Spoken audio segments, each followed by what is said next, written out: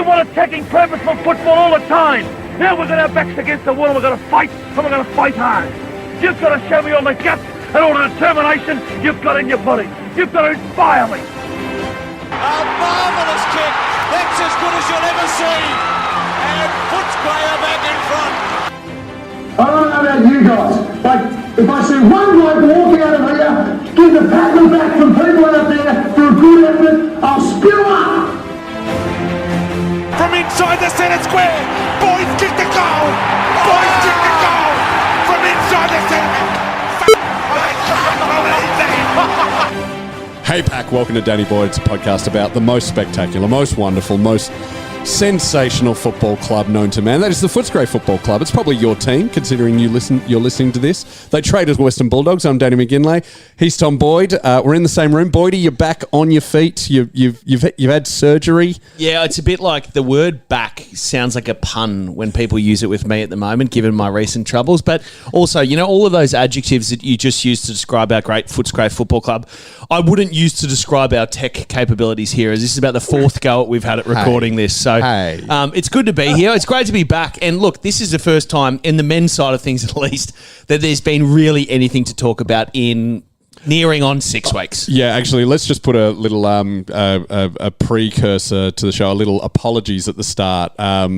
We actively don't want to talk about the AFLW side. It's so depressing. It's so depressing. It can't be as depressing as this is one of the funniest things I've ever heard. Okay. I managed to catch the West Coast AFLW coach go out there and be like, why are we playing the best team from last year? There's only 10 games and there's 18 teams. How in the world are we playing? Like, what are you talking about, mate? You can never say we shouldn't play the best teams, no matter what the fixture is. That is just so dumb. I think he wants to bring in grading games at the start of the season just to work out the fixture. That's a good idea. Anyway, we get right now. Let's give full disclosure. It is 7:10 on Wednesday night. Trade week lasts for another 20 minutes. We want it to be like a real football broadcast where just as news is coming in, we're going to be reacting to it. By the time you listen, you know what's about to happen. We assume nothing. But the assumption usually at this time, this is when all the trades go through. That's true. In my experience, but it doesn't look like there's any trades left. So. What time did you go through? I went through about an hour and a half, 2 hours left. But back in the day, in 2014, we had a 4.5 month trade period, so it went forever. It was really? Was the week only that recent? It was 3 weeks. It was 3 weeks back then. Or 2.5, and then I ended up going maybe 90 minutes before the end, which was 2 p.m. on a Thursday. I think this thing finished. So we've been through the many weird and wonderful versions of this here draft and trade week, but I like the shortened version. Speeds things up a bit. Well, considering it's like a live election coverage, we will bring in the Anthony Green of the AFL, the man who's just got his finger on the pulse, and I know this because I'm in a WhatsApp group with him, and it's hourly, the updates you get from this man. Chas Licciardello, welcome back to Danny Boyd. Mate, considering your TV show is up and about at the moment, what WTFAQ ABC's Wednesdays 7:30? 9 o'clock. 9 o'clock. That's the one. After bedtime, Chaz. Sorry to tell you, I've got an 18-month-old at home. That's okay. Watch it on iView. Yeah, will do, mate. I got a first question for you. For that crazy trade coverage whiteboard that you've got behind you that none of our fans can see, how many different coloured textures do you have for that whiteboard? There are a lot of different colours. That is true. I only have three. But I use them liberally. So how's this? Because normally I assume, Chas, you use Anthony Green's little button pressing thing, but he's had to use it for the referendum. How have you survived trade week? And ultimately, are you happy with what the Dogs have done over the past 7-10 days? Okay, well, the first thing is it hasn't been too hard to follow the trades this trade week. It hasn't exactly been frenetic, to be honest. In terms of how we've gone, my sort of from 40,000 feet kind of assessment is we have some potentially handy pickups if we don't rate the people coming through who are already in the team. But there's a bit of, for instance, I mean, we'll get to them, but for instance, Nick Caulfield is playing the exact position that Luke Cleary is playing in the reserves. So do we rate Luke Cleary or not? Why isn't Luke Cleary ever getting played in the seniors? if we don't rate him, then Nick Caulfield's great. We got him for nothing. If we do rate Luke Cleary, then why are we doubling up? And as far as the big trade goes, which was we traded 3 first-rounders for pick 4, which is going to be pick 6, presumably, and the Dogs are suggesting it's going to be a small forward. I'm a bit nervous about that. We better do well next year, because if we just traded pick 10, pick 17, and next year pick, say, 6 or 7 for pick 4. It'll be pick 18, Chaz. When we win the flag, you get pick 18. That's right. Let's hope. And also, the Dogs are saying, they're not saying we're going to pick up a small forward. They're positioning that we're going to pick up the second coming of Bont. That's the PR campaign that's going on here. We're going to get another Marcus. The amount of times, and again, I've been exposed to these forums at a time when I'm, psychologically stable enough to deal with them, and that has been an absolute eye-opener. The amount of times that I've seen in these forums, you know what happened the last time we had pick 4, don't you? It's like this, you don't say the name, but you just allude to the previous circumstance that worked out so well for us. I can't imagine, there's not going to be another Bont there. But if we're going for another small forward, it's an interesting thought process. We got one of the best small forwards in the competition already. We do. We do. But Bevo does seem to have this a real attraction to trying to find some speed and pressure up in that half of the ground, and maybe the thought process is, if we're going to play 3 big tools down there, we're going to need 3 elite small forwards to be able to deal with the pressure and goal kicking side of things.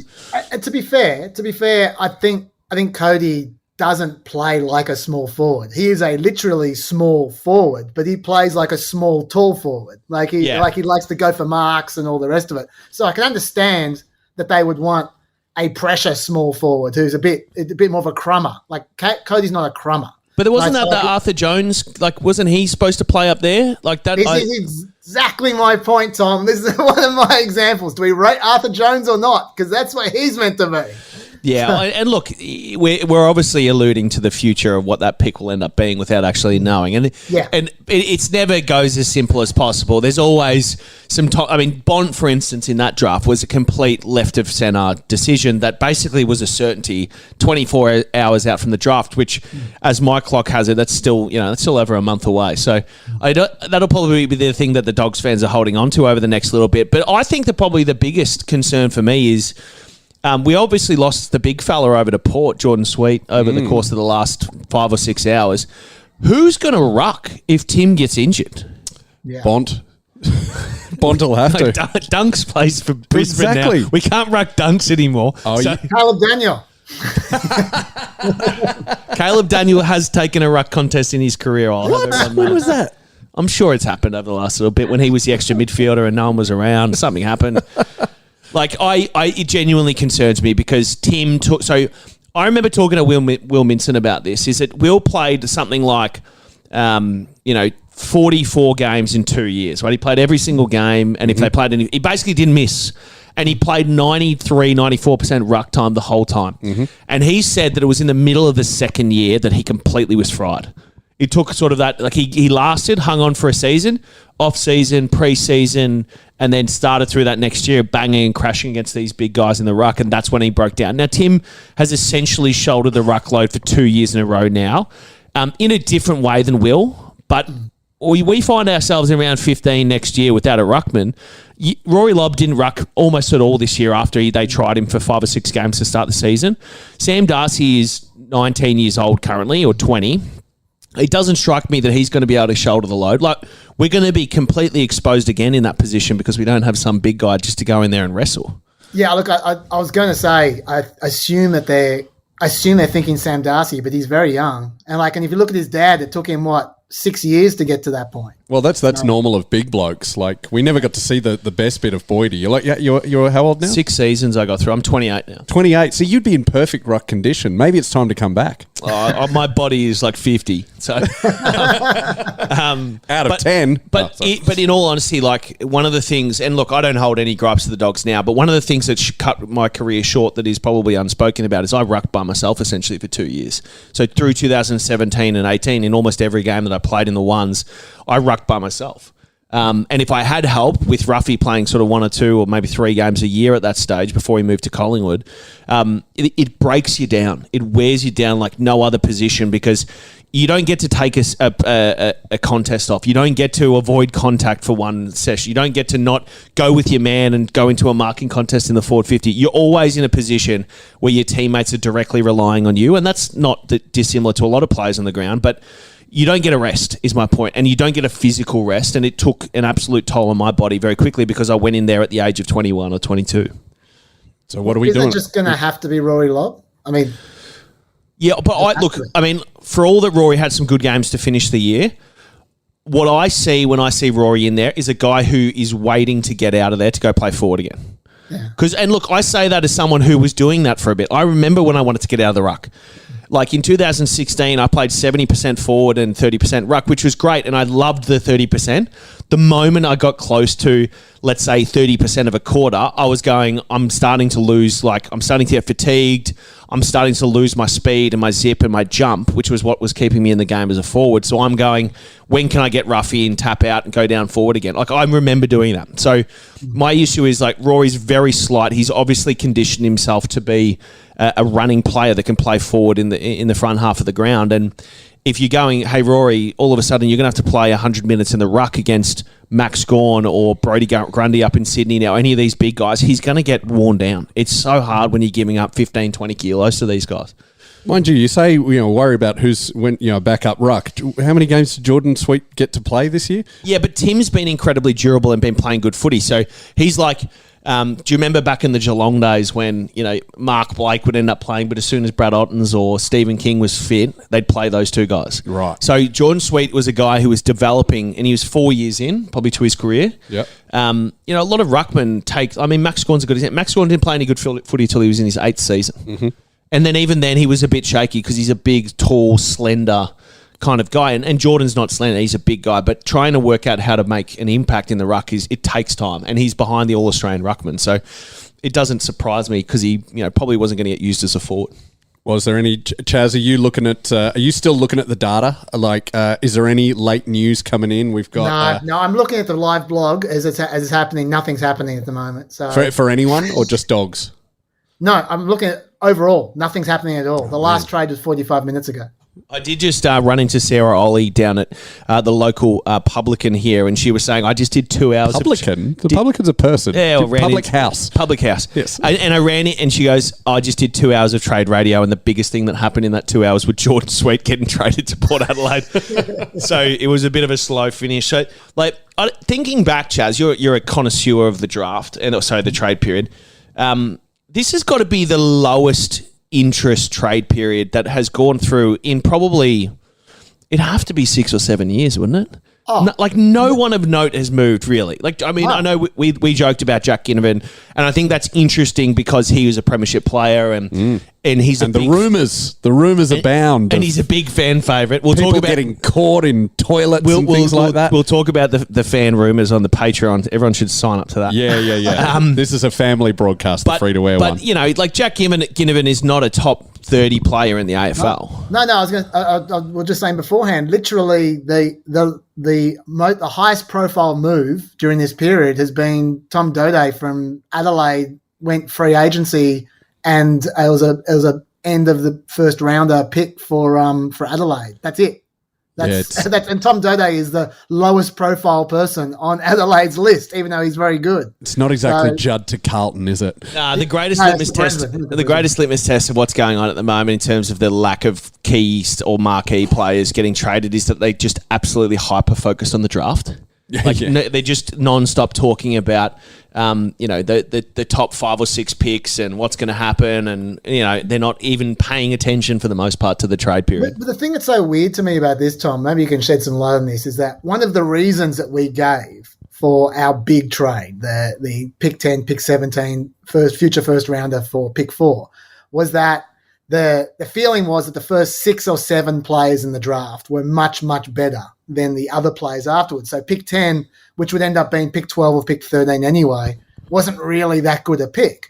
But at the same time, Geelong, they just, for Radaglia, they just took pick 76 as part of their deal, with an intent to use it. They intend to use pick 76. Yeah. So I don't know how that works. Yeah, like, how are people trading pick 10 because they think it's going to be rubbish, but Geelong, who, as we all know, are very good at drafting people, are going for pick 76? Let me deal with Geelong first. So Stephen Wells will have some bloke playing for Mortlake Seconds, who is an absolute superstar in the making. He'll end up being the next Mitch Duncan. That's why he's done that. And the rest of the club, so like a lot of the decision making now, so there's a few things, and again, I'm not an expert on this, but there's a few things that come into mind. So there's obviously this like point system associated with the draft. So which is so baffling to a normal civilian. And look, I mean, some people didn't. I read today that Essendon completely stuffed up one of their. How dare you, Tom Boyd?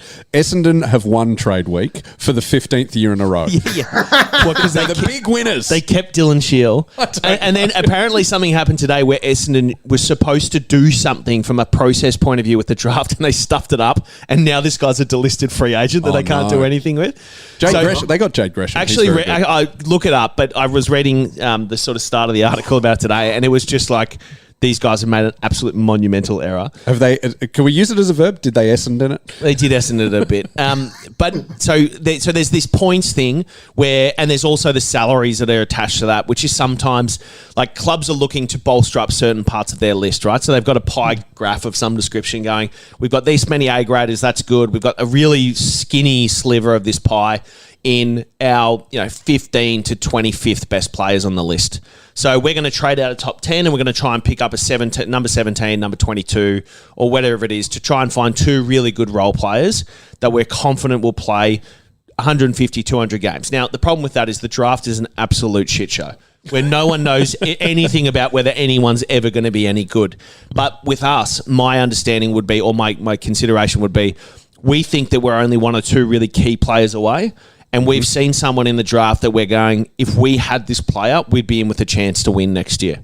Now, in my mind, and I was listening to one of the experts of the NFL talk about this recently, I think it's a really important thing. Every time your club thinks they're one player away, they're not. Uh-oh. They're like 5 or 6 players. Because it is an absolute farce to think that you can just grab one player and it's going to change your fortunes. Because there's 18 players on the field, there's 4, and it's too hard. Yeah, I was going to ask you. That was the next question I was going to ask you, Tom. From a 20,000 feet kind of point of view, I worry that the club thinks that we are closer to the premiership than we actually are. Yes, I worry that we're trading out first rounders from next year because we're so sure that our first rounder next year will be worth not much. This is like the 3 out of the last 4 drafts, we are only drafting 2 players or less. Obviously we needed to trade a lot of our draft picks away for Jamara Ugle-Hagan and for Sam Darcy, and we're doing it again for pick 4 now. And so we're not getting bulk. There's a huge generation gap forming amongst our younger players because we're only getting 1 or 2 players per year. They're not all going to pan out, right? And so this period here of this 4-year period, we've got almost no one, which means if we're not in premiership contention next year or the year after, we're going to rocket down the ladder as after that because we've just got this huge generation gap forming. And I'm a bit worried about that. I feel like, especially I know I've said on this podcast many times, I'm worried about our midfield going forward. We've still got a good midfield, but every year I think it's getting worse. Yep. I think it was by a mile the best midfield a few years back, whereas now I think it's like 5th or 6th. Yep. And I think next year it's going to go down fast. Like the moment we're so reliant on Bont. And I'm worried our club thinks we're closer than we are. What do you think? Well, I mean, I think if we to the midfield point, for us to improve in the middle of the ground, there's only really 2 or 3 things that need to happen. The first is we're relying on 31-year-olds to play the best year of footy they've played in a long time. And did happen this year with Libba. Which happened with Libba, but we're asking Adam Treloar, or we're asking, suddenly, obviously not 31, but much younger, but we're asking Bailey Smith to become a premier midfielder. He hasn't shown that consistently yet. As good a player as he is and as popular as he is, being a grade midfielder all the time is something that takes, a very special person to beat. Now, I think he's a very special player, but that's not to say he's going to be a very special midfielder. And it hasn't shown that Bevo trusts him in there. It hasn't shown that Bevo trusts Jack McRae in there anymore. So who's going to make up the composition of our A-grade midfield that we're relying on? The second point would be, so what do we trade, Chaz, for this pick for? 10 and 17, is that what you said? 10 and 17 and our future first round. Right, so we're talking about, like, let's say we finish middle of the road like we did this year. Yep. We're trading somewhere between, pick 10 and pick 8, pick 7? Yep. So then you're looking at 2 picks in the top 10, a pick 17. That's a pretty hefty price. Like that, typically speaking, in the top 10 in particular, you should get a 150 game player. Yeah. And in particular, if you're picking guys who are position specific, you should get a really good position specific player, whether that be a midfielder or a winger or a key position or whatever it may be. So, the ball is in our court where if we have a horror run next year, we're going to have absolutely sold the farm for this one player. Yeah. And if we have a great run, it'll look like a stroke of genius. And he plays really well, right? So again, it's like we can forecast into the future, but I really, really thought that the comment around if you think you're one player away, you're not, is something that I think every club has proven is an absolute fact in the AFL for the last 10 years. But surely no one's expecting whoever we get at pick 4. Do we know who it's going to be, or is it just still speculation? As Tom said, who knows how it pans out, but the suggestion is there's going to be Nick Watson. Like the Dogs have expressed an interest in Nick Watson. Okay. He's a small forward. Right. So, and when do we get Croft? Croft is supposed to be in the teens. Right, okay, with our pick. Yeah, I was about to say, that's the dark horse in this mix, right? Well, but surely no one thinks, even if they say we're one player away, it's not going to be a kid who we just drafted, a few weeks ago. Bont, didn't arrive on the scene until round 18. But don't think about it. We're not saying he's going to be the difference. Oh, okay. Yeah, but as in, we're acting like it's the difference. Oh, no. Right? Because if you trade away your future pick to next year, the first round pick, and you trade away 2 picks in the top 17, you're basically saying this guy is worth 3 top 20 players, top 18 players in the next 2 years, which is to say this guy has to be one of our top 5 or 6 best players next year. Yeah, and I'm just thinking to myself, three first rounders, that could be our entire midfield in our first rotation of our midfield in 4 years' time, that we have traded away for this one guy, right? And I'm looking at, like you mentioned the relying on 31-year-olds and stuff. Like I'm just looking at, apart from our first rotation of midfield, which is Bont, Libba, Caleb Daniel this year was going in there, Bailey Smith, McRae, Treloar. Apart from them, and they're all old, you got the next level for us is Riley West, Caleb Poulter, Oscar Baker, Garcia, Rourke Smith, and Bedendo.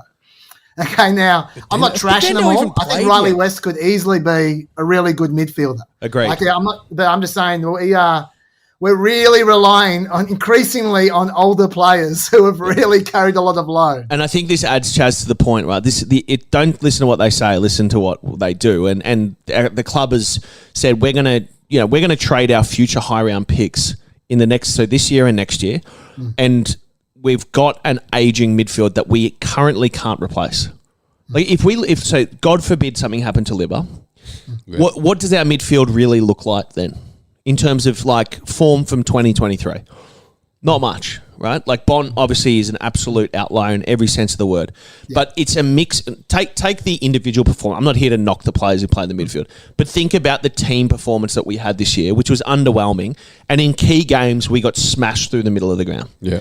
So take our best clearance player, and one of the best clearance players arguably ever, and certainly one of the best Dogs clearance players ever out of that mix, or something happens to Treloar or something happens to McRae, or we just don't get the form out of those guys, what are we going to do? We don't have players who can just step in and take over that role like we used to. So I think that's the concerning thing is like, okay, well, to your point, this guy's pick 4, it's not fair that we ask him to be our best player next year. If he's our best player in 3 years, great, but there's not going to be anyone left. Yeah. Right? So I think that's the real concern, because you can find midfielders in the high parts of the draft every single year who will play good football for you in their first 2 seasons. But usually you can find 3 of them, right? Yeah. I was just going to say to Danny's point about, let's not expect this guy to be lifting the side next year. Absolutely not. And to be a bit more optimistic than I've been, there are a lot of reasons why we could be a lot better next year. Like, for instance, Sam Darcy he's getting to the age where like he might be able to deliver on the field if he's uninterrupted with injury. Buslinger should be a lot better this year. He should be able to hold the position in the back line. Like JUH and Norton haven't really fired together yet. They are ready to go. Our forward line's going to be great. Like, it's not what I'm like. Totally agree, Chas. Like, we're going to have and I had this argument when people said, "Why in the world would you sign Aaron Norton for 8 years?" And I was sitting there going, how many blokes can you find in the league that can kick 45 to 50 goals in a down year and can play centre-half back? And look, if they threw him to centre-half back next year and you were betting on the All-Australian team, he would be a great dark horse to put your money on. Mm-hmm. How many of those in the league? 5, maybe? So we've signed up there. And look, we've obviously got to sign up Tim. We've got to sign up Jamar. Our spine, particularly if Sam can play fullback, which sounds like is where they're going to play him, that is going to be phenomenal. The problem is everyone else out there, if our midfielders get old and leave, are going to be 5'6". We've got the smallest. The guys we've drafted in the last 3 or 4 years are all midgets. Yep. Yeah. And if you look at the best midfielders in the comp, they're all big boys. Yep. Melbourne's big. We're big when we play with our best players. All of the best teams have these big, massive midfielders who overwhelm teams. They don't run around with a bunch of no offense, because Bedendo sounds like a great kid. He's not going to be a midfielder in the AFL anytime soon. No, has he got a game yet? I know, but they also. I tell you what, that's the other thing. This is the strange thing for the Dogs, right? The best thing, and I'm not saying this is a Dalrymple versus whoever the key recruit. No, but Dalrymple was the head recruiter, wasn't he? No. Yeah, is there a difference between recruiter and list manager? So right. Simon Dalrymple was the head recruiter, and then Jason McCartney was the list manager. Oh, right, and I think Sam knows what he's doing. It's nothing to do with Sam. I don't know who the head recruiter is at the moment. But when we drafted players in Dalrymple's era, we played them. Yeah. Every year. There was always 3 or 4 of them who would get, minimum 5 to 10 games. And in the last 3 or 4, there's been guys come in for 1 game at a time and, never really established themselves in any particular way. Well, in Bevo's defence, we were a lot more rubbish in the Dalrymple era, so they had to play these kids. Yeah, but think about Bailey Dale, obviously more recently, but Caleb Daniel, Horse played a lot of football coming through the ranks. Aaron Norton played in his first year. I know these guys are good players, but they were picked at the same draft picks we've had recently. Yeah. Caleb Daniel was picked at 44 or something. Yep. Yeah, and also, I mean, it's part of the reason. It's not like there aren't positions there. It's just Bevo picks someone that, or assume it's Bevo, picks someone he likes and keeps them there. Like O'Donnell, for instance, okay, who may well be a great key position back down the road. As soon as he was drafted from the mid-season draft, he was in there and he just stayed there. And I remind you of Luke Cleary, who I keep on wondering, where the hell is he? Because I kept on seeing that he was performing well in the VFL and he just never seemed to play. Well, here's the gamble for next year. Here's the bet for the 3 of us. We'll put a stake night on it. All right. How many games does Harms play next year that he's available for? Well, okay. We can't all say 22. All right. By the way, it's after 7:30. We're locked in now. We're locked in with these. We've got Harms. We've got Caulfield. We've given up half the picks in the world, and we've gotten pick 4. Yeah. So and we lost Jordan Sweet. And we lost Jordan Sweet. And we delisted Toby. Yeah, we need. Have we delisted Rourke yet? Because it sounded like they were going to do that for a bit there. Wait, there was rumours we were delisting Jack McRae at some point. And Crozier. It sounds what I read recently, which was Rourke Smith and Hayden Crozier. It sounds like Hayden Crozier is more likely to get a deal. No. But I don't know. I mean, we love Hayden. But we're probably not taking that many picks in the draft anymore, so we've probably got a few extra slots that have opened up on the list, Luke Cleary's played 5 games. 2 new players coming in. And James Harms and Caulfield. So we've got 4 players coming in. But it's a serious question. How many games is James Harms going to play next year? Because he fits the mould, right? Absolutely to a T. Yeah. Okay, look, I don't know how to speculate over a potential player and everything because immediately, see what this is the difference between me and you people is Chaz is thinking about the numbers, you're thinking about how they're going to play. I'm already in nickname mode. I'm already going to mention to the cheer squad we need a big banner behind the goals. Get out of harm's way. Wayne Harms, yeah, there's something in there. Caulfield, I'm thinking Mr. Coffee. Yeah, or isn't there a paint company that they're called Harms? Is it Harms? Oh, yeah. But there's got to be something in that. Yeah, I mean, do you also bring in, let me ask you this, Boydie, when you bring in a player from another team, do you keep their nickname or is it sort of on the club to come up with their own? Nah, especially if they're a bit older. Like he'd be, what would he be, mid to late 20s? He's, I think, 28. Yeah. Is he my age? No, maybe he's. I don't know. Anyway, I don't remember him being for my draft, but yeah. So he's older, so he'd have a nickname that's very established. But I tell you what, I texted both of you earlier when I heard Jack Billings was up because I was drafted with Jack. Jack was pick 3 in my draft, and I was like salivating thinking about someone who can kick the ball inside 50, kicking it to JUH and Naughty. Like, that has been our Achilles heel for so long. And it's not. So I used to solely blame it on the way we play footy, which is certainly a big part of it. The chaos ball. Yeah, and we play such an erratic style of footy, and we've always played sort of, push forward rather than, work through. But Bond could still find targets. So if he can do it, it's got to be, it's outlier. He's an outlier. Don't get me wrong. But we've got a few players who can kick in there, but having someone who plays wing half forward, that would have been nice. But he's going to our arch nemesis, unfortunately. Yeah. I got bad news for you, and that is Harms is not a great kick, and Caulfield is a bad kick. Yeah, actually, I did speak to a Saints supporting friend, and he's gone, hasn't played for a couple of years, so no one really remembers. Was supposed to have taken the next step in preseason 2022, then did his knee. So I don't know. So we're going to draft to pick 4 a small forward. Wayne Harms, nice. Wayne, so it's just Wayne. James Harms he's a small forward too. Like I watch he's kind of a mid forward. I'll tell you what he is. He's Riley West. So if he plays instead of Riley West, I will be absolutely spewing. That's what he is. Yeah, that's a good point. Just going back to the nickname, you saying James Harmes. Do you guys remember the World Cup? I think it was 2018. There was 2014. There was a Colombian striker called James Rodriguez, but he was called James Rodriguez. James. That's a tough one to spit out after you've run 14Ks. I'm not saying the players call him that. I'm just saying the fans just go James. Actually, no, we can't call him Hamas. That's probably bad in this current political situation. Let's go back to Wayne. How did we go from South America to the Middle East in one word? That's the question I want to know. We're very versatile. Yeah. But Harms is he's kind of a mid forward. Like how we kind of just play everyone in mid forward these days. Oh yeah. Like it's just everyone who's not in the good graces goes to mid forward. But look, mid forward has been the place the good players have gone to die forever, right? In 2014 at the Giants, that's where every single midfielder who couldn't get a game in the midfield in the ones played. And guess what? No matter how good they were in the twos, they'd have 38, kick 4, and they'd end up playing 2 weeks in the ones, get 15 touches a game and get dropped because it's so hard to play. Yeah. So instead of drafting midfielders to play mid-forward, why don't you draft mid-forwards to play mid-forward? Because there are some great ones in the league, I think Jack Billings. Yeah, Jack. Well, Jack's had an interrupted run, obviously, but Jack is one of the true half-forward wingers in the league. Who can actually kick the ball. Look, we don't need any more people to win any more football. We have more disposals most games in our teams good point. Who we play against. We need blokes who get less touches and do more with it. More efficiency. Yeah. Which, again, I'm not potting the club for doing what they've done. And look, it doesn't sound like many clubs took big steps forward this trade period.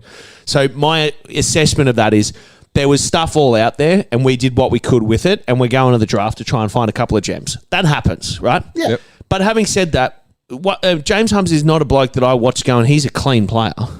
No. He's erratic. He's always been erratic. Like a lot of those Melbourne half forwards are kicked it to the opposition a lot, Totally. And Caulfield even more so. Caulfield is a real dump kick. He was slow to begin with, and then he did an ACL on his calf, so I don't think he's going to be quicker now. I feel so... Chaz, that was too mean. Save it for the Patreon.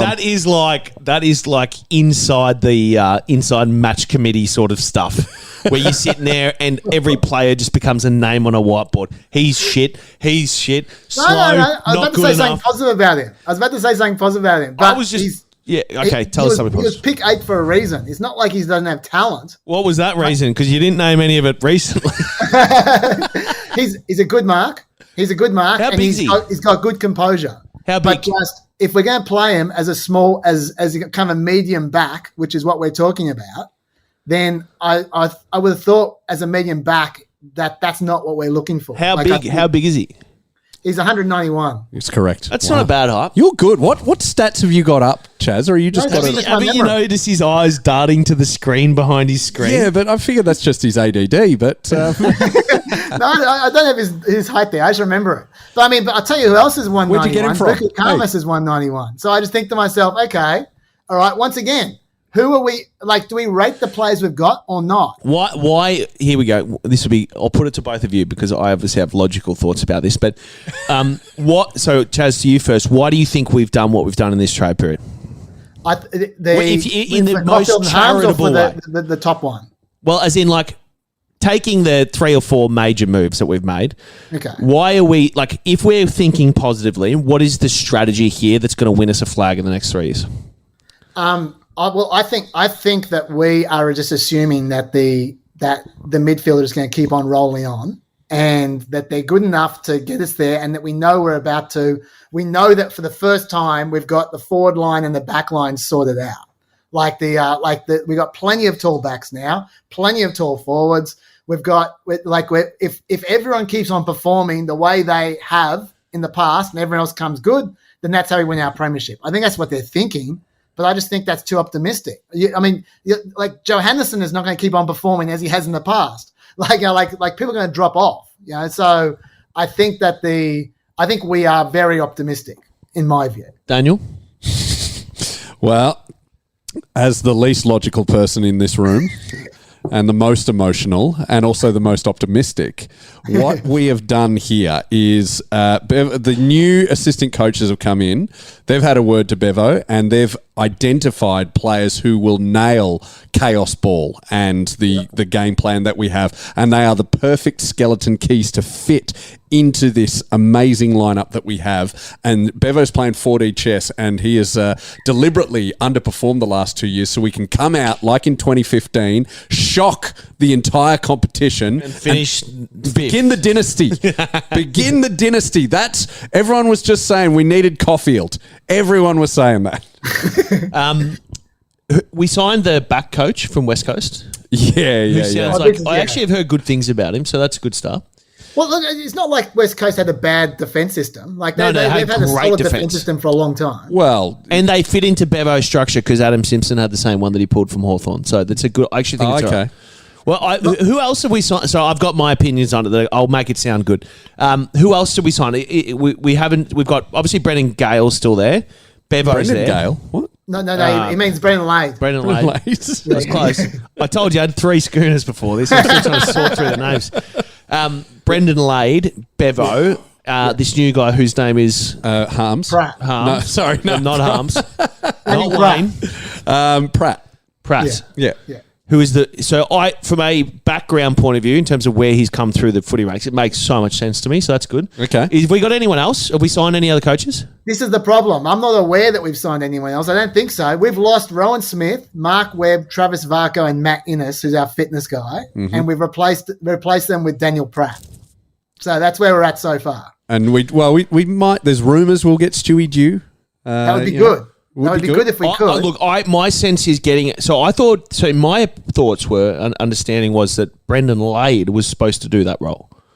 But it doesn't sound like that anymore. It sounds like they're trying to hire someone Lepich to be the senior assistant. Yeah, I saw. That's what I'm saying. It sounded like they changed their tune. So I think having strong, experienced personalities around Luke is going to be good for us. I really, really do.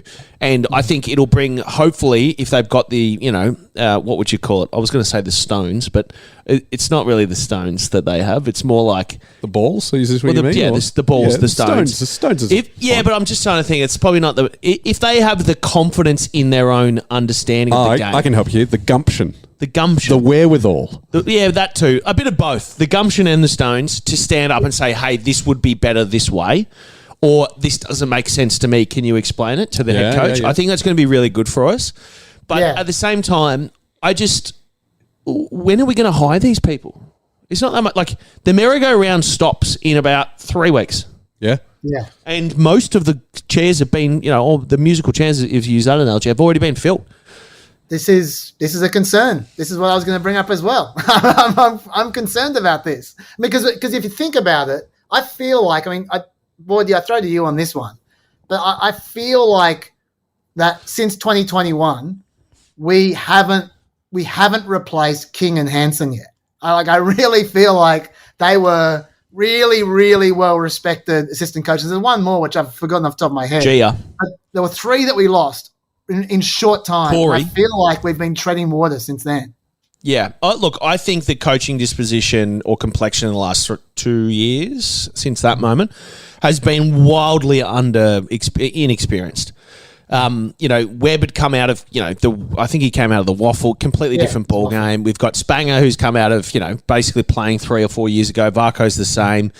Like, you don't learn to be a confident player in the first 2 to 3 years. It's probably twice as long as a coach.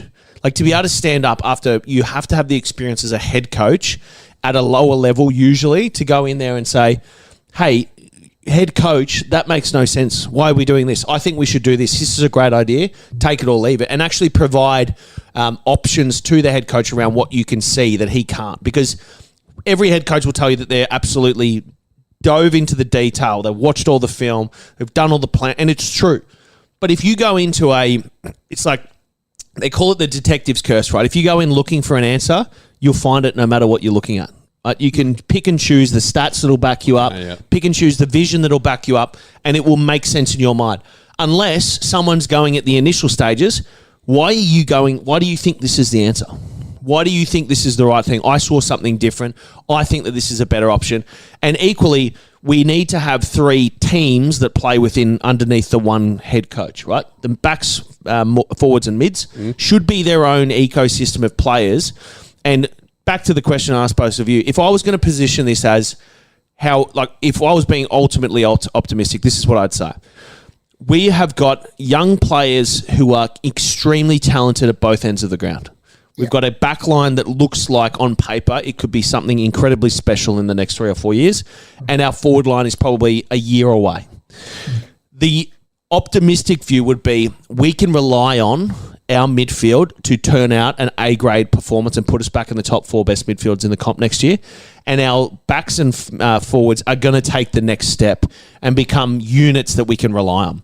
So really what we need 4 or 5 players that can play roles for us around the ground, so that instead of having 5 or 6 guys every week like we did this year, who frankly weren't up to it, we're going to have only maybe 1 or 2 depending on injuries. That's the best, most charitable way to look at it, I think. Sweet, sold. Okay, locked in. We've got the premiership. Excellent. I'm feeling good about life again. Thank you, Tom. It's not impossible. It is not impossible. I'll give you an optimistic line, Danny. Here's an optimistic line. I love it. If Please. we hadn't screwed up at the end against West Coast and Hawthorn and GWS on our home field, we would have been top 4. We weren't that far from being really good this year. We really weren't. I know we ended up missing out, but that was because we lost games we really shouldn't have lost. Exactly. And I think Bevo tanked in those games just so we could get pick 4 and Caulfield. I'm going to stuff up this rhyme, but I think it's something like if ifs and buts were candy and nuts, we'd all be in for a great Christmas. That's a bit like what I'm hearing here. If the pig flew 4 times in the last 4 weeks, we would have won the flag. Yeah. If your auntie had nuts, she'd be your uncle. I get that, and I think the tone of what I've been saying during this podcast is pretty clear that I'm not optimistic, but I'm just being fair here. There is an optimistic read out there. It's not unavailable. It's just I'm naturally pessimistic. Yeah, that's true. All right, we should wrap it up soon. We are going to be recording a bonus Patreon episode where Boydie's going to go off tap and well, you and Chaz are going to go off tap, and I'm just going to feed in some insight. Well, look, and let's also, if anyone wants to join the Patreon, it's only $5 a month. You get a lot of episodes. There are higher tiers where you get like Boydie's book. You get some stubby holders from me. We have the Bulldog, the finals. You get ABC iView. You get a free iView account, and all the way up to we will mow your lawn. If you put in enough cash, Metropolitan Melbourne, not further than 50 k's from home. No, I'll come to your house. You got to fly me Virgin. And I'll come mow your lawn. We're heading into the dark days of summer from a sporting point of view. So yes, you should sign up. It'll keep you going. And we did want to point this out. Just we're going into the dark days. Chaz, what other sports teams do you follow apart from the Dogs? Do you have any other passions out there? Cricket and footy are my two sports. So I'm following the World Cup pretty closely. Okay, but so we were looking for a team that the Danny Boyd Bulldogs army could get behind over the summer months, like just one that has a very Bulldogsy sort of feel. Maybe someone in the NFL. We put this to the Patreon's got a few suggestions. The obvious ones are people like Leicester City, who were rubbish and then won it in 2016 and went back to being rubbish. You've got Cleveland Browns, who've got Cleveland Cavaliers. No, they're in the basketball. Yeah, Cleveland Browns, who just signed some bloke to the highest ever paid guaranteed contract, who had like 70 different counts of inappropriate behaviour with masseuses. Oh. True story. That ain't us. It was like, and then signed the biggest $239 million guaranteed. Oh, yeah. After it already happened. I don't think I'm going for that team. Yeah, I think there's other options out there. But even if the more obscure the better, if there's someone in the Belarusian second division that we can jump behind just for the summer to get us through these dark days of summer. I think it needs to be close enough to relevancy. Okay. We can have a few. Yeah, Leicester City's the perfect example. Yeah, and they're doing all right in the second division there. I'm a Tottenham Hotspur fan now. And have been for 2 months. I've got to say it's really easy.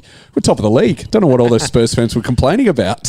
So please suggest it. Let's keep the dialogue going while we get to the draft. Also, if you want to get into the draft, I want to plug my friend's website, draftguru.com. It's an absolute database. You've ever gone on it, Chaz? It's perfect for you.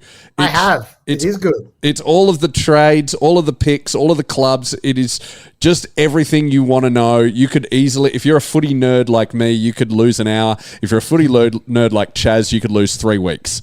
Yes. Just scrolling through it. So great. I recommend all this. Oh, and my play, Shakespeare Ghostbusters, opens on Halloween for people in Melbourne at the Motley Brow House.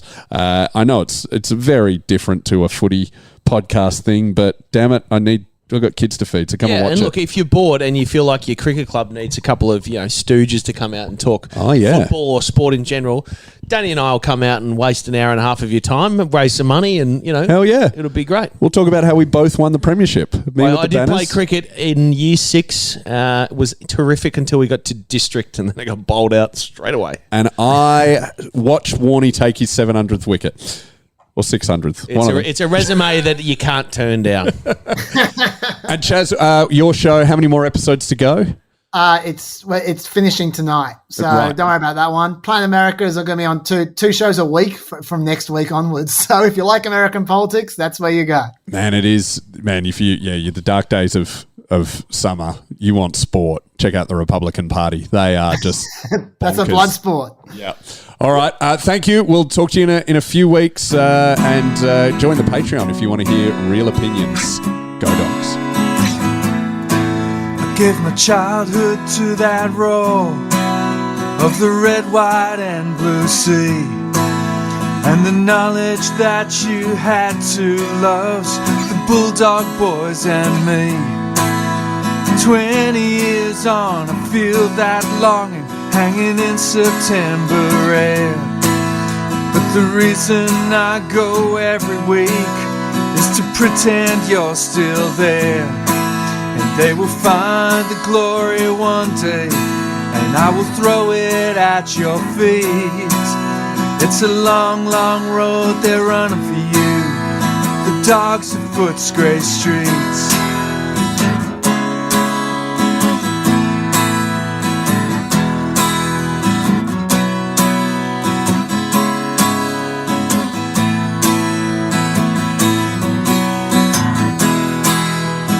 long, long road they're running for you. The dogs of Footscray streets.